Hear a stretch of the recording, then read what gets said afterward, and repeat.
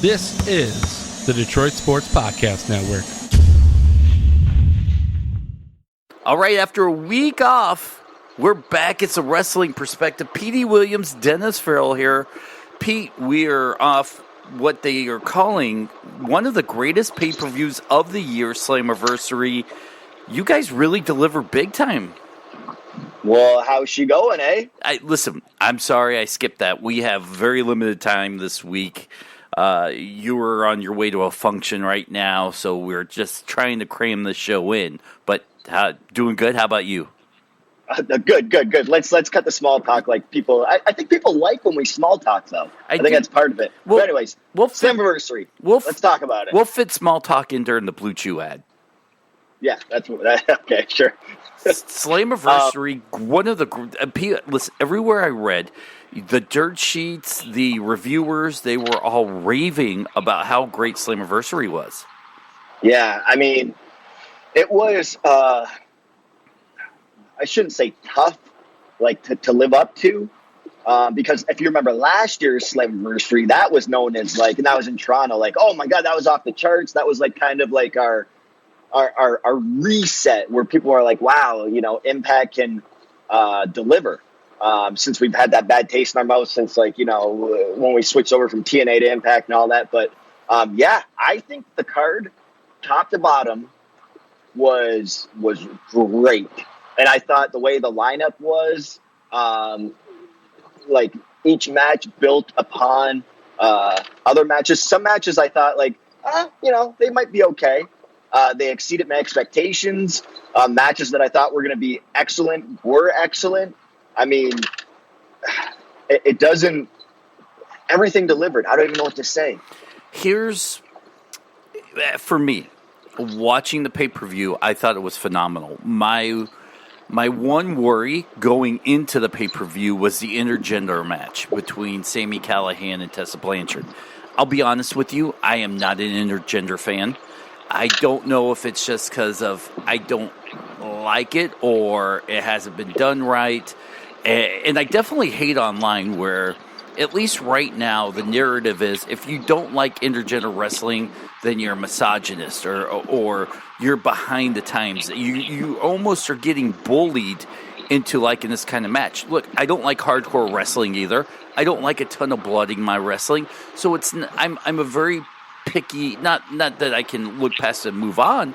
I'm just picky in what I like, and I don't want to be bullied into liking something because that's the trend. I love women's wrestling.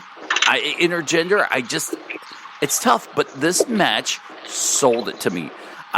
During this match, if I were to close my eyes and listen to the commentary, I would have thought both competitors were, and I hate to say it like this, but male wrestlers. I mean, it was phenomenal.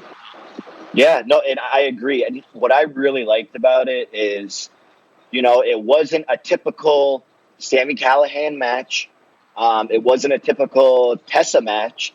It was like they just told such a good story in that ring. Like, I'm just so proud of them both. I mean, I don't even know what to say. Like, and the thing is, we're going to look back on this in like 20 years from now, and intergender wrestling is going to be like, it's not going to be the hot topic. I think it's just going to be part of wrestling, just kind of like how hardcore matches now, they were the hot topic back, in the 90s or whatever. Now it's just, okay, yeah, it's hardcore wrestling. Same thing's going to happen with intergender until the next fad comes along. It's going to be a part of wrestling as we know it. Like when our kids grow up and our age, they're going to be like, oh yeah, male and females wrestle each other all the time. I don't remember when they never used to do it. But yeah, and even, okay, so intergender match, great. I mean, I'm looking at it and I'm watching it and they told it, and then Tessa hits a neck breaker, a simple neck breaker, a move that's been around for decades, and the place goes nuts when she hits it. I'm like, see, this is storytelling. I mean, they don't need to do all this crazy stuff.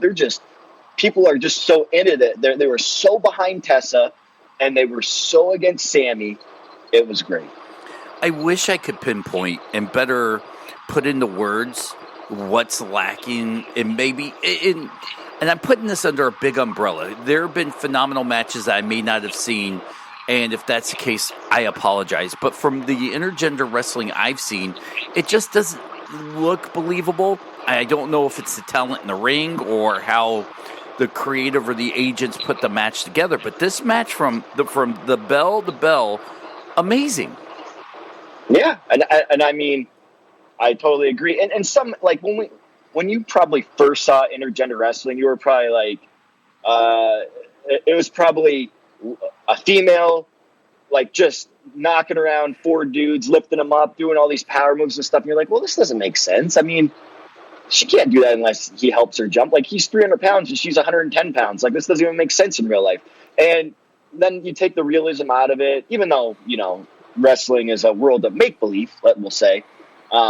You still want to have people suspend their belief a little bit, but not too much, right? You don't want to insult the fans. And that match did not insult the fans. You could be like, yeah, Tessa almost pulled that one out. And she did. So, I mean, the crowd loved it. I think the people watching at home loved it. I loved it. You loved it. I haven't really heard any bad things about it. During that pay-per-view, a masked wrestler shows up, did some stuff that looks eerily familiar to another wrestler, which we'll probably talk about here in a second. The news is out. It's all over the internet. Do you want to talk about it? Sure. What do you think, Dennis? You don't know anything. I didn't talk to you about her or tell you anything. What's your speculation? What do you think the real, like, what really happened? What my guess? Yes, your guess. I look from everything I read on the internet, which spoiler alert coming up. It was Rhino, right? Okay. I mean, if that's what everybody wants to believe, they could believe it. I mean, I'm not going to say yes or no. We'll just have to see when this masked wrestler unveils, I guess. It was exciting for me, by the way, to see that because I love a good masked wrestler storyline. It gets me every time. Good, bad, or indifferent. There are certain things that I watch, and you know what's coming. Wrestling is like movies, like soap operas. Storylines get regurgitated. Sometimes it gets deformed and changed around. But, when you have the masked wrestler or a whodunit storyline with like a killer cross, I absolutely love that stuff. I am hook, line, and sinker every time for that. Yeah, and I mean, I like whodunit storylines. I mean, nobody saw a Killer Cross because we introduced a new character. A lot of people are speculating, oh, it's Rhino. Maybe people are speculating, oh, maybe it's a new character. What's good is that person, it kind of already sets the storyline. Like, he went after, maybe it's he or she. Oh, went after Michael Elgin after, their phenomenal match. Let's talk about that. So you almost know, like, whoever this masked wrestler is has some beef with Elgin. Stay tuned. That whatever you guys are going to do with that, I'm excited for this. What was the atmosphere like before the pay-per-view started? I think the same as any pay-per-view. We were excited. We wanted to put on the best show. We were in Texas. We were all just there was really no complaints. Everybody just did their part, and nobody. We're all just there to put on the best show. I mean, I don't know how to tell you, but this locker room is one of the best locker rooms I've been in. When it comes to, like, just talent and those that want to go and perform and not just, like, phone it in or anything like that. And I've been in a lot of different types of locker rooms, but this locker room's top notch. I got to give it to, Scott and Don for putting this talent, list together of who they think should be on our roster. And I got to give it to the talent too, because they go out there and they just perform constantly at like 110%. And they always deliver. I mean, just if you look at the opening match, the X Division match, I mean, that was phenomenal. And they didn't do anything too crazy, but it set the mood for the night. And then you had the tag team match, which we had. I mean, I love that the North won the titles 2 days before, and then were forced to defend them on the pay-per-view. So that was good storyline telling. I like when stuff like that happens. Because that match wasn't even advertised. It was advertised against LAX and Rascals. So that was cool. Even the Monster Ball, the female Monster Ball match. I mean, I saw Rosemary get curb stomped into a thumbtacks. Oh. I mean, that was just, and like Sue Young got like whatever it was, a piece of paper stapled to her head. I mean, those girls are hardcore, man. Even RVD and Moose's match, I don't think anybody saw Moose pulling out the victory, but he did. And I got to interrupt you here because from top to bottom, this was a very imaginative card. But you said something that resonates with me. When we go into a pay-per-view, right, and it's like, let me try to set the table. Let's say the pay-per-view is 2 weeks away, and a guy has a match next week, and it's always like, next Sunday he'll defend it against blah, blah, blah, but he has to get past this guy. And everybody knows 9.99% of the time, he's going to get past whatever match he has on that week to go into the pay-per-view and defend it as the match that was advertised. So when you see that kind of stuff happen with the North, it excites me also. Yeah, I mean, I love stuff like that because I think originally, the idea was set, how the pay-per-view, how you saw it, that's how it was set. And then you kind of build towards it and you're like, oh, what can we do different? Because you want to be different. You want to be, you just don't want the same thing. Like, oh yeah, these guys, we have this Impact Plus, now that we have Impact Plus where we have like monthly specials on our Impact app. We want people to tune in, right? We want people like that. That should feel like a big special as well. And you saw your first title change on one, right? So, and I think there was multiple title matches on that show. I think Brian Cage and Moose, we had the tag title. So just to see the title change, people are like, oh man, wow. Okay. And I don't think there was any title changes at the actual pay-per-view. Everybody kept their titles. So, we're just really trying to make the Impact Plus, app like, just as special as watching our pay-per-view or our TV show. They're doing a good job of it, very much so. Everybody keeps talking about the Impact Plus and how awesome of an app it is. It's slowly getting started. You guys are adding new content. And talking about Impact Plus and TV stuff, how many people came up to you during the pay-per-view and asked you look, you don't know anything when it comes to this stuff. We've covered it a million times. But the rumors that came out that you guys may be moving over to Access, how many wrestlers talked to you? How many wrestlers were at least excited about the idea of that move? I mean, I think people are excited. Anytime there's a move, whether it's, even when we went from Pop to the Pursuit channel, it seemed kind of exciting. I'm like, this is new ground that we've never covered before. But, and I don't want to bash Pursuit. I'm not here to bash anything, but, when people like tag me on Twitter and say like, hey man, why are you guys showing a rerun of last week or whatever, or why isn't this on, or there was no main event, it went dark or went to the next show. I'm like, man, that we can't have that stuff if we want to build our product. Like we as a company don't deserve that. The fans that watch the show don't deserve it. So no matter where we end up landing, it's going to be good. Yeah, I think so too. And if it's true, which I don't know, I know what I read. You don't know because you're not part of that aspect of Impact. I mean, you do part of the booking meetings, you do the agent stuff, but the TV, the contract, that kind of stuff is a different department for Impact. You're not part of it, so I don't want anybody to think that you're confirming or denying any kind of rumors out there. No, I'm not confirming or denying anything.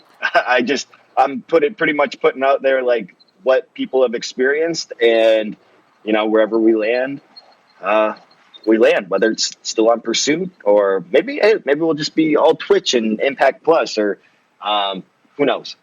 I'll tell you, the Access move would be phenomenal for you guys. New Japan's on there. They have some amazing programming. I hope it works out that this move does happen. I mean, the first time I watched Access, actually, because I think it's on, what did I have? some sort of cable network. And I'm like, oh, what is this Access show? Because or channel, I should say.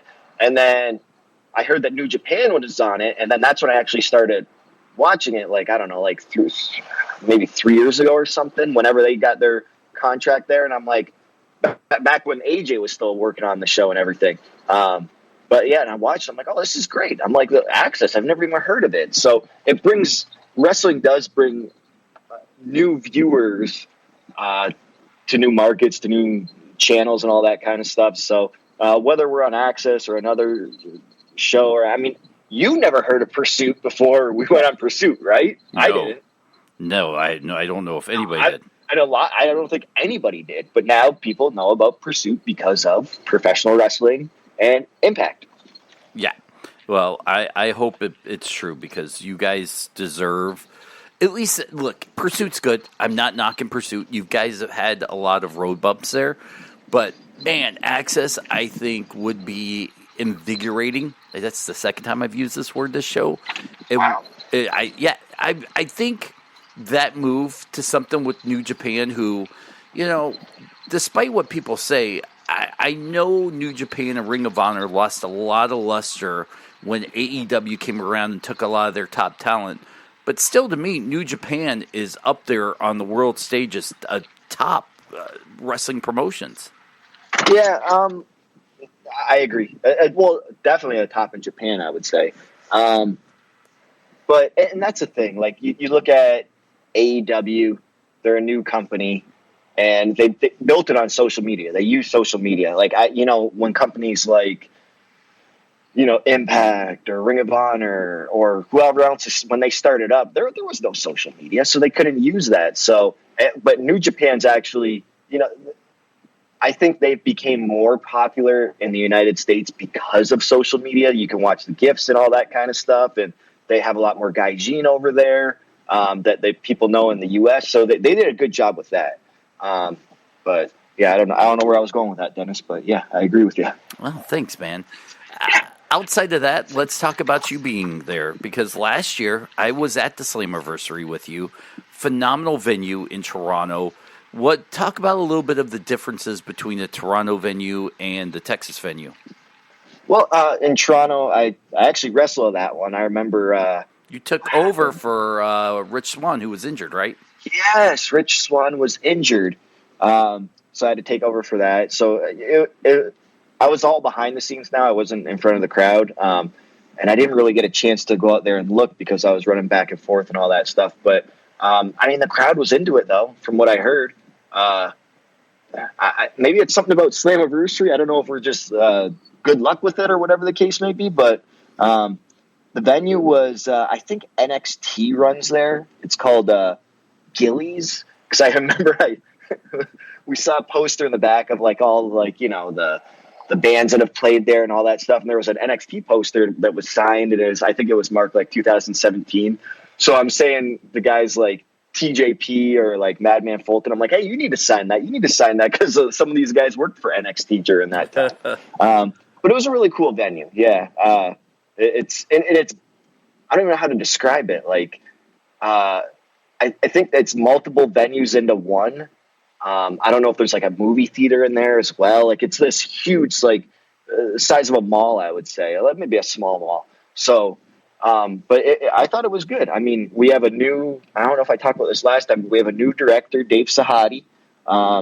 Did we talk about this a couple weeks ago? Well, you talked about the change, but you haven't talked about his style. I guess let's talk about the difference in styles with the new director and the old director who left for AEW. Well, the director, our producer, there's a difference. Okay. Producer and a director. The producer left for AEW, so now the guy that directed switched over to our producing, and now our director now is Dave Sahadi, who used to work for WWE. We had him. I remember I first met him in 2000 and 4 or 5, something like that. He was the director at Impact for the longest time. Really good. He currently directs for MLW as well. So he directs for both. I guess he has that agreement. But Dave Sahadi is really good. He understands wrestling. And, you know, he turned to me. I remember I was first match, and he says, Petey, just FYI, the camera guys are relatively newer when it comes to wrestling. And I'm like, I kind of gave him a look, but Dave's like, don't worry, man, I got it. And he did. I mean, Dave's just so good, and we have limited camera and stuff, like cameras and all that stuff, but he makes it work, and he's one of the, if not the best in this business. That's awesome that you guys, it feels like I was watching the show. It had a different feel to it. Do you guys think, this is just me musing around here, but Slammiversary could turn into your marquee pay-per-view? I know right now Bound for Glory is kind of your WrestleMania, but I really feel like the way the last couple of years for Slammiversary's been, that Slammiversary is slowly becoming Impact's marquee pay-per-view. Yeah, I mean, it seems like we put on the best shows when it comes to Slammiversary. I mean, I think we'll always push. And here's the thing, okay? Let's go to WWE for a second. You know, WWE's marquee pay-per-view is WrestleMania. When was the last time you thought WrestleMania was their best pay-per-view of the year? It's probably been a long time, right? It might have been, what was the WrestleMania in San Francisco that was kind of outdoors a few years ago, where Seth Rollins cashed in the Money in the Bank in the main event versus Roman Reigns? Oh, yeah. Okay, so maybe that was their best pay-per-view of the year, but like this year, it probably wasn't. Like, so it could be this. I think Bound for Glory will always be our marquee pay-per-view. Like, this is our WrestleMania, if you want to give that analogy. But it doesn't necessarily going to mean that it's going to be our absolute best pay-per-view. We're going to line it up that way, but you know, sometimes when things have so much hype behind it, it kind of falls flat. People expect too much, just like the Super Bowl. Are we allowed to say that? That's trademark. The big football game that everybody talks about. That's not usually the best football match of the entire year. That's for sure. I mean, I remember when New England won in overtime, I think 2 years ago, that was a good matchup, but usually it's a blowout or people don't even care about it. No, I agree with that. That's a good analogy. For you, how harder is it now? You're getting older, and you've talked about how you're comfortable with your role of wrestling less and kind of easing into a producer role.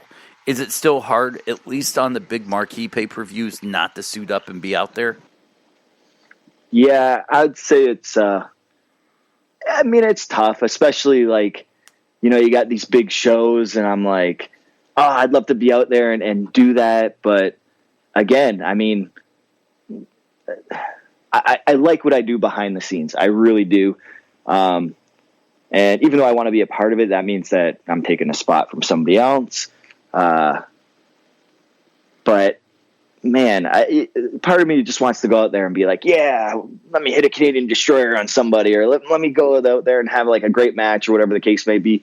Yeah, of course. I mean, I love wrestling. I've almost been doing it for 20 years now. It's just part of my blood. So, I mean, you got to give it up sometime, but why not be in wrestling and being a part of the show, but not actually wrestling? And that way you can, you know, it's kind of, you're still living your dream, but not really, I guess. I don't know if that makes sense. You know, it's funny because I still remember we launched the show. Well, it was 6-8 months into the show when Scott D'Amore started kind of calling you to see if you had any interest in coming back. You were on the fence about it, but we kept talking, and ultimately we seen you pop back up, and afterwards we would still talk, and you were like, you know, this is only going to be probably for a month. And here we are now, 2 years later? Yeah, yeah, I think I came back in August of 2017 to Impact, and maybe end of July 2017 for Tommy Dreamer and House of Hardcore. Yeah, it's been 2 years. I thought this was going to be like a 1 month thing. I really did. And here you are. And would you ever have imagined when you came back, you know, what was it, Bound for Glory when you showed up? No, it was, I think Destination X. I helped Sanjay Dutt win it was a ladder match for the X Division title. I helped them retain the X Division title, I remember. And then at Bound for Glory, I had that big 6-man in Ottawa for the X Division title. But yeah, man, I really didn't think it would be this far away. 2 years. Would you have ever thought that you would be in this role as a producer, booker, backstage guy? No, absolutely not. I thought I was going to be wrestling. And I remember the first time, what was the match? It was like, man, Matt Sydal versus somebody. And D'Amore said, because I told him, I said, I'd be interested in doing some producing and stuff. And he said, hey, this Sydal match, this next one is, or I have the Matt Sydal whatever match. Can you be on headset for it? I go, yeah, sure. When is it up? And he goes, next. I said, you got about 4 minutes before the next match ends. And I'm like, next? So it's kind of like sink or swim right there. So I got with him really quick and just to get some main bullet points for the match. And I got on a headset, and I remember the director yelling at me, going like, I didn't know that was coming out. I'm like, dude, I didn't know either. I'm sorry. Like I didn't, but I made it through and, obviously gotten a lot better since then. And, even doing live TV as opposed to taped TV is a lot tougher too, because if you miss a camera shot, there's no going back. You miss a camera shot, you can't fix it in post is what we would say. And even like doing instant replays and all that kind of stuff. I like to call like, all right, show an instant replay here and all that kind of stuff. Now would be a good time. And I never thought I'd be doing this ever or have this much knowledge of the behind the scenes work.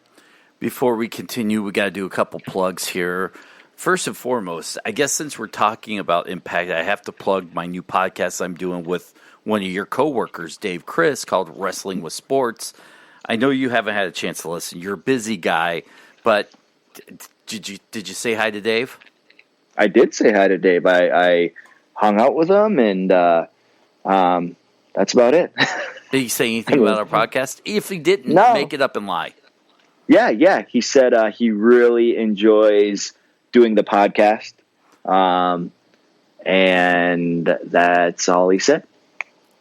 I don't know if. And he said you're awesome. You said you're awesome, and you should be podcasting. You should be an anchor on like a network television show. That's what he said. That's how good you are. So hang on now. Now I really don't know if you're lying or telling the truth. That's good. That's a good one. Yeah. You're going to have to tell me off the air because now I'm like, did he really? No, he never put me over like that. Anyways, Wrestling with Sports, Dave Chris from OVE, myself, Jason Kindle, 15-year MLB vet, 3-time All-Star. Listen, it's a fun show. We talk wrestling, we talk sports, whole different thing. Go to WrestlingPerspectivePodcast.com. You can listen there. Wherever you get your podcasts, go find Wrestling with Sports, subscribe, rate, whether you like it or not, give us 5 stars. I don't care. See that? Is that a good sell job? I don't care. Just do it. Yeah, and it's funny that you say that because I was chit-chatting with this other guy. He has a podcast of like... Are you cheating on me? No. I wasn't talking about it because, it's something I know nothing about. It was like four-wheeling or something. I think it's something related to that. And he's like, yeah, I got a podcast. Yeah, we talk about four-wheeling, and I got some sponsors, blah, blah, blah, blah. And he says, what's your podcast name? I said, The Wrestling Perspective. He's like, yeah, I'll go there. Give it 5 stars. What the heck, man? And I'm like, yeah, anybody can give it 5 stars. There we go. That's how I like my podcast listeners. Sheepish. You be a sheep. Do whatever I tell you. I love it. 5 stars. 5 stars. Hey, Blue Chew, look. Usually, Pete, we do these ads and we're talking about the person in bed, right? Yeah. I think this week's ad, we talk about the other person. Listen, is your boyfriend not so good in bed? Is your girlfriend? Oh. Yeah. You like what I'm doing here? Mm-hmm. You like it? Mm-hmm. Nobody wants to be with a 2-pump chump. Nobody wants to do it in a squash match. You get in, you stretch, you're ready to go. 1, 2, 3. We're talking Clash of the Champions, Lex Luger, pin in like 6 seconds. Nobody wants that in the bed. And if your lover is that way, I don't care if it's your boyfriend or your significant other, your spouse. Hey, it could be your mistress. What's the male version of mistress? Mister? Your Mister. There we go. Today it's called Mister. Yeah. Your married friend that you have sex with. There we go. Yeah. But you want it to be better. You think he's cool. But you're not really ready to ditch a relationship because the sex sucks. Let's be honest. Go to BlueChew.com. Use the promo code Perspective. Get your first order for free. Petey will give you the first order for free. He'll do anything for love, but guess what he won't do? I won't do that. Cover shipping and handling. Yeah, that's right. You got to pay the $5 shipping and handling. I don't mess with the post office and what they do. I would email it to you if I could, but we haven't figured that out yet. So you have to pay $5 shipping and handling. Just use the promo code Perspective. That's right. Done. It's made with the same active ingredients as Viagra and Cialis, so you know it works. It's made in America, so it's cheaper.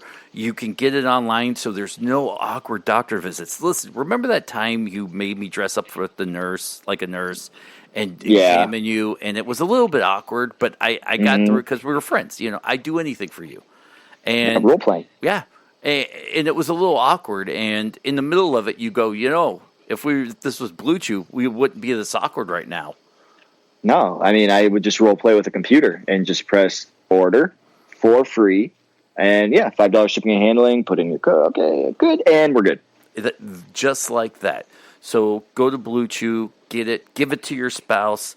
Don't let him have another bedroom session that's disappointing for you, because and I'm talking to the significant other. I don't care what kind of relationship you're in, but don't let him ruin your night one more time.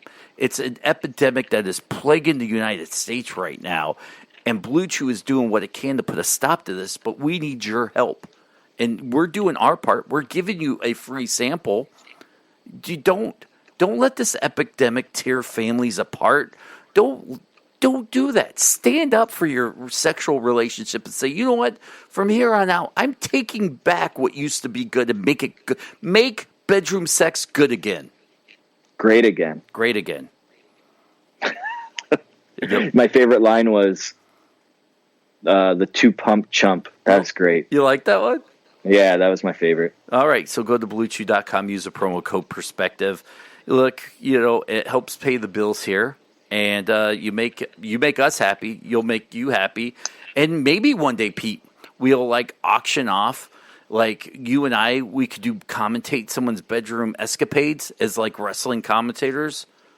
Oh man, we got to do that. Wouldn't that be great? We could bring in a referee, and like when someone's on their back.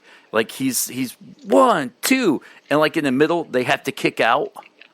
Yeah, and then the ref gets like knocked, ref bump, you know, and then that's when the Blue Chew comes in, and then it's like, oh my god, the ref didn't see him take the Blue Chew. Oh, it's gonna be over now, like, you know. Oh, unless there's like a Bella situation where one of them rolls out and the other one rolls in to take over. Oh, like the switcheroo. Yes. We need twins for that one. Yeah. Oh, either that or the what was the El Matador? No, it wasn't the El Matadors. I don't remember. Like a masked person, the conquistadors. Yeah, there it is, the conquistadors. See, this is good. See, you can relate wrestling to everything in your life. Everything. That's how sad I am. All right, let's get back to some. Look, I had a great weekend, by the way. I was bummed that I couldn't go out to Dallas and hang out with you, but I was in Cleveland for. Here's a story I'll tell you, and you'll be a little jealous, you being a music guy. Did I send you the picture? Which one? You sent me a bunch of pictures. Oh, I didn't then. So, the REM dude? Yes. Yeah, man, I love REM.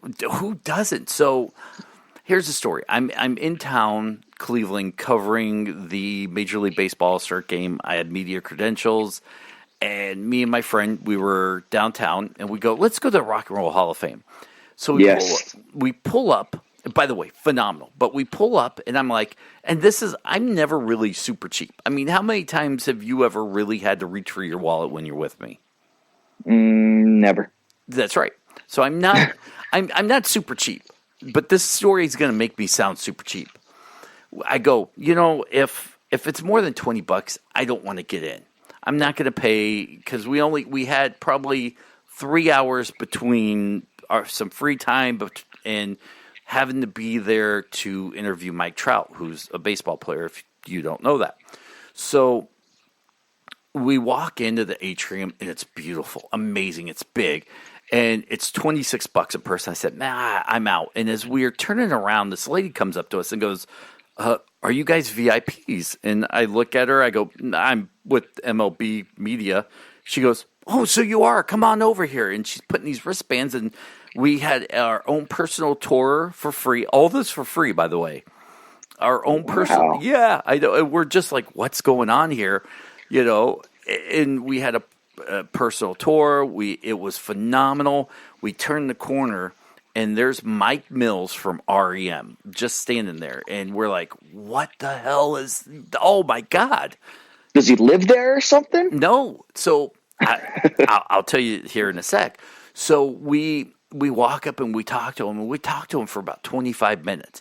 Amazing guy, very engaging, huge baseball fan, massive.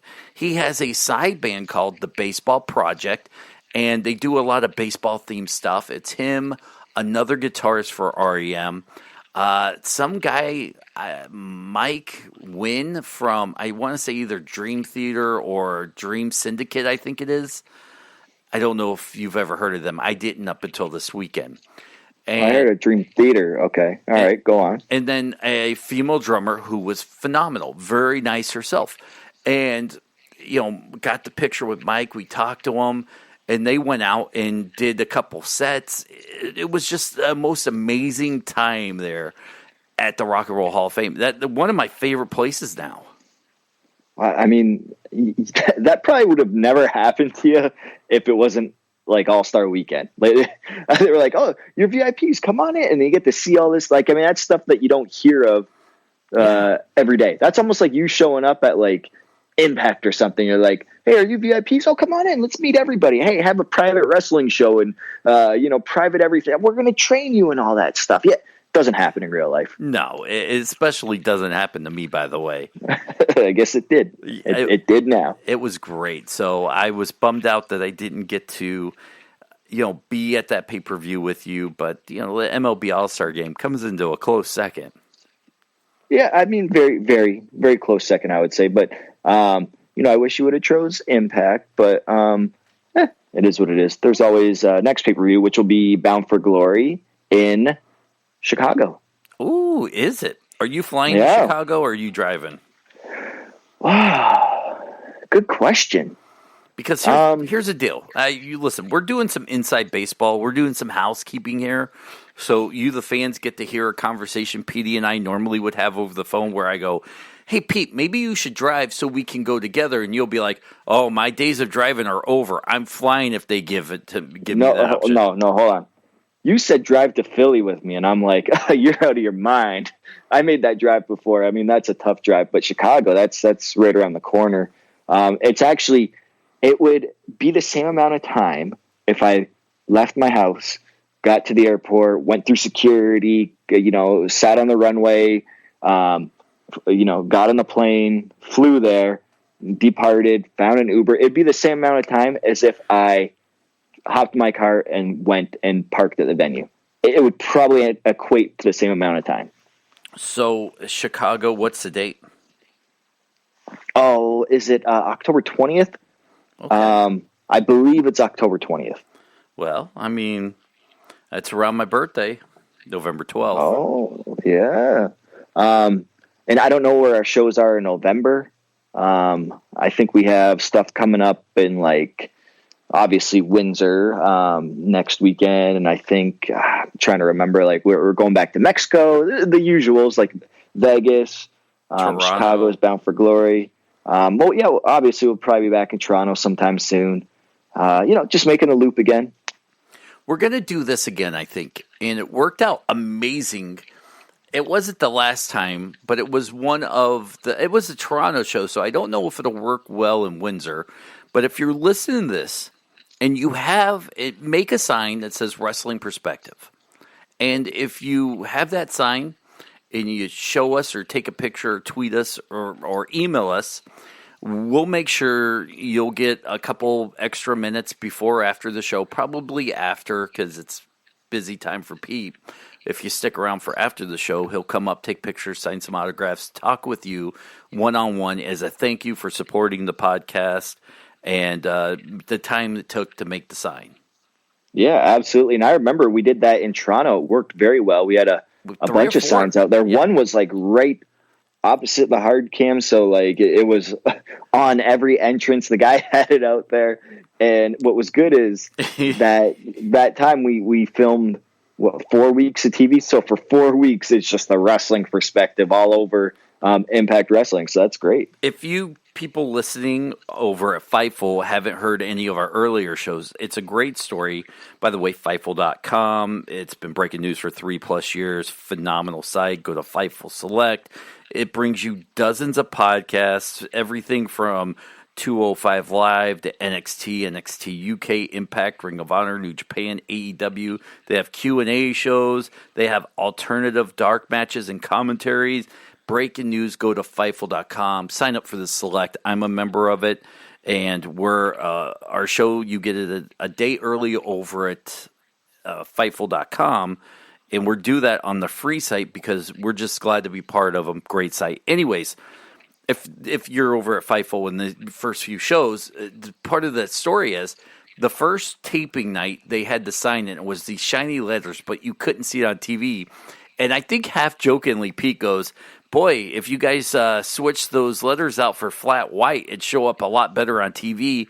And this couple shows up the next day. They're out of town, drove all around Toronto trying to find a CVS to get the materials to cut it out. I mean, they went above and beyond. And I think that night, as a thank you, and this is how much we love our fans. Look, we broke one of the cardinal rules of Backstage just to say thank you to our fans, that we got them a program and had a couple of people we knew personally that we didn't feel like we would be putting them out to ask them to do this, sign this program for them. But, you know, I don't know how many podcasts out there would do something like this for their fans. I'd say zero. There might be a couple that, you know, we don't know of. But, yeah, I mean, we'll go above and beyond. I have no problem. I mean, I always have time for fans. I mean, it's especially somebody that, you know, I mean, you scratch my back, I scratch yours, that kind of thing. I mean, it's still beyond me that I could sign a piece of paper and people would be like, oh my God, I cherish this. Like, that's still beyond my belief. And if I can like ask a couple of my friends, be like, hey, can you sign this piece of paper or this program, this booklet that we have pictures in for these people? Yeah. I mean, absolutely. I'll do it. Let me ask you this. I'm at the game, MLB All-Star game, on the field, media credentials. And kind of like in Impact, you have people that won some contests or some VIPs walk through, get to see a little bit of the inside baseball. On the field, they kind of have the same thing where, you know, they're restricted to a little bit of box, but they're on the field kind of back behind the media. One of the guys kind of snuck out and came around the corner, and there was a ball player standing in front of us talking with another ball player on the field. And this guy just keeps yelling the guy's last name over and over and over. Let's say it was Mike Trout. So the guy's like, Trout, Trout, Trout, Trout, Trout, Trout, like a barking dog over and over and over again. He ignores it. Hang on, take a swig. He ignores it, keeps talking to the guy. And the digital media guy for the Angels is standing next to me. So Trout gets done talking and walks away. And the guy starts going, Mike Trout, Mike Trout, Mike Trout, Trout. Keeps going. Mike stops for the digital media guy to do something for their Facebook page. The guy keeps barking at him. And Mike walks right by this guy and just says, I got to go to work, right? My question to you is, A, how many times has something happened like that? And what's your protocol as a entertainer? And B, when you are out in the ring performing, do you still hear the crowd? Do you still hear people yelling smart comments or anything like that? It's tough. If they're loud enough, yes. If there's like if the rest of the crowd's loud, I don't hear it. It's all kind of like backdrop noise or whatever. It all depends. And I've had that before where people like heckle you. I just don't let it bother me. I mean, they paid the money. They can heckle if they want. So be it. But, you know, usually if people are like, hey, Petey, want an autograph, yeah, I'll do it. But I mean, if he's Mike Trout, like that's a different story. And I don't know how many people were there, like in that VIP section that were asking for autographs. But usually, if you're in the VIP section, I know what we do at Impact. If you win the VIP or you sign up for the VIP package, we actually do that after the show. We sign autographs for them and all that kind of stuff. So if you're an Impact fan and ever want to sign up for the VIP packages, you get to hang out after the show and meet the wrestlers. Okay. Well, there you go. Pete, time to promote. What do you have going on? I think we already said it all. If you haven't seen Slammiversary yet, I encourage you to watch it. I feel like it was by far our best pay-per-view of the year so far. And a lot of people are putting that up there with like one of the best wrestling pay-per-views so far this year. So watch that. We're very proud of it. And then, we have our TV tapings coming up in Windsor next Friday and Saturday, which I think is, the 19th and 20th. So we'll be there. And so on and so forth. And you can find me on Twitter at @IPDWilliams. There you go. You can follow me at Dennis77Farrell. We're on Facebook, Wrestling Perspective. Go to WrestlingPerspectivePodcast.com. There you can find links. Click on the pictures, iTunes, Stitcher, iHeartRadio for this podcast. Also on that same page, you can get the links to subscribe to Wrestling with Sports. Totally different feel than this, but we still would love for you to support us. Did I forget anything? I think you got. Did you say Fightful again? Fightful. Go listen. We love the guys. Sean Ross Sapp. Go to Fightful if you're listening to on our regular feed. If you're listening to this on the Fightful 24 hours early. On behalf of Fightful, we thank you guys so much for supporting us and listening. Pete, let's call it a night. Let's do that. Good night. We'll see you guys next week. All right.